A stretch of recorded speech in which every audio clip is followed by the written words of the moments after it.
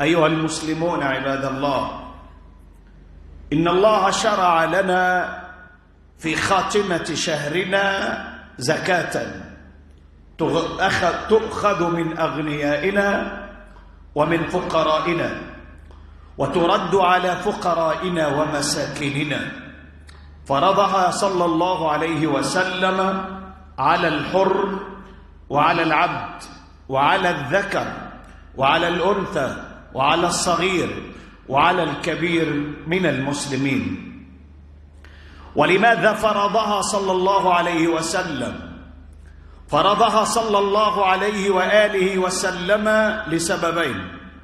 السبب الأول كما روى ابن عباس رضي الله عنه ذلك، قال: فرض النبي صلى الله عليه وسلم صدقة الفطر طهرة للصائم من اللغو ومن الرفث وطعمة للمساكين، فهي طهرة لك لأنك أثناء صيامك لا تسلم من أن يكون هناك في صيامك لغو أو رفث أو غير ذلك، فهي طهرة ومكملة، فهي كالنافلة بعد الفريضة.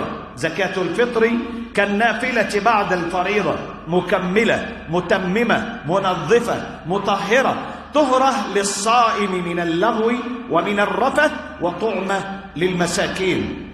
وفرضها صلى الله عليه وسلم بنسبة معينة وهو صاع، والصاع نصف ثمنة بالمكيال الذي يعرفه بعض من عنده معرفة بالكيلة، نصف ثمنة، ويقدر في بعضها ب3 كيلوات، وفي بعضها ب2 كيلو و40 غراما، وفي بعضها ب2 كيلو ونصف، وفي بعض أنواعها بأكثر من ذلك.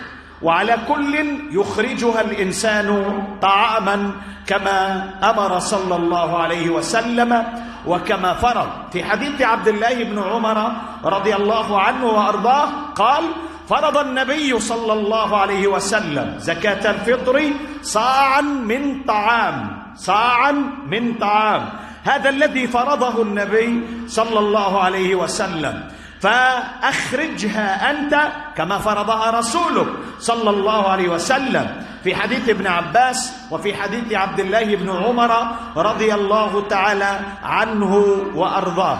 فيخرجها طعاما من طعام وقوت البلد، من طعام وقوت البلد، على كل فرد 5 مغارف أناناس أو 4 من حق الكسترد، هذا تكيله ثم تخرجه عنك وعن أفراد أسرتك وتعطيه للمساكين، هذا السنة.